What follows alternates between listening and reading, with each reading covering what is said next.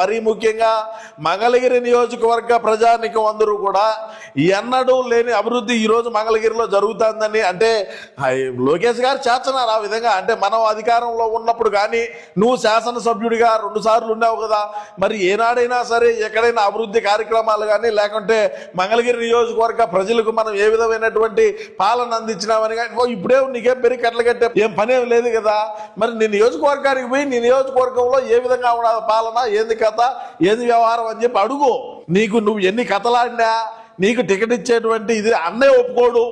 అయోధ్య రామిరెడ్డి మీ అన్నయ్య అయోధ్య రామిరెడ్డి ఒప్పుకోడు మా వాడికి టికెట్ ఇచ్చేది, నీకు టికెట్ ఇచ్చేది. మరి ఇంకా నువ్వు ఎన్ని స్టంట్లు చేసినా, ఎన్ని పిఆర్ స్టంట్లు చేసినా మరి అదే విధంగా ఇంకొకటి మాట్లాడుతున్నాడు ప్రజలారా, మనం వినాలి. ఎందుకంటే అంటే ఓట్ల గురించి మాట్లాడుతూ ఉన్నాడు. మనం ఖచ్చితంగా మనం వినేటువంటి ప్రయత్నం కూడా చేద్దాం. చెప్పు నాన్న, నువ్వు చెప్పు, నువ్వు చెప్పాలా, మేము వినాల్సినటువంటి బాధ్యత ఉన్నది. నువ్వు చెప్పు నాయనా. అయితే అంత మెజారిటీతో ఎలా లోకేష్ గెలవగలిగారు అనడానికి నేను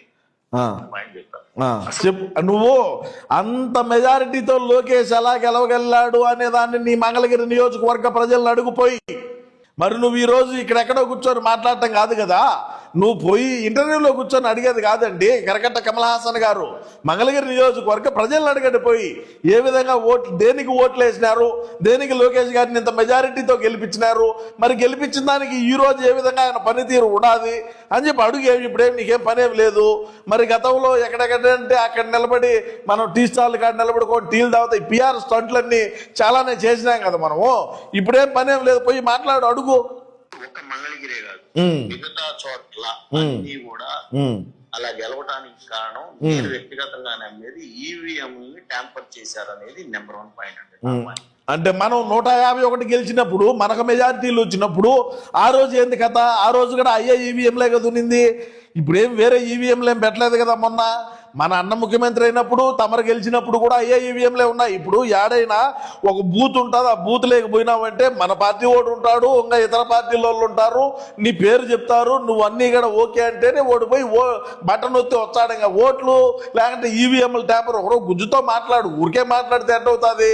ఊరికే మాట్లాడినంత మాత్రాన ఈవీఎంలు అది ఇది అంటే ఎవడు నమ్ముతాడు ఇక్కడ మనల్ని? మనం చేసినటువంటి లంగా పనులు, మనం చేసినన్ని డెకాయిట్ పనులు, మనం ఇచ్చినటువంటి పాలన మరొక నాయకుడు ఈడు. మరి ఇటువంటి నాయకుడు మనకు వదిలేపా చాలు, ఒక 5 సంవత్సరాలు చూచానే మనకు సరిపోయిందని చెప్పి రాష్ట్రంలో ఉండేటువంటి ప్రజానికం అందరూ కూడా కూటమికి పట్టం కట్టారు. నాయన మనం చేసినటువంటి పనులకు నీ మంగళగిరి నియోజకవర్గంలో నువ్వు ఏ విధంగా అభివృద్ధి పనులు చేసినావు, నువ్వు ఏ విధంగా ప్రజలకు సంక్షేమాలు అందించినావు, ఏ విధంగా రోడ్లు, ఏ విధంగా ప్రభుత్వ భవనాలు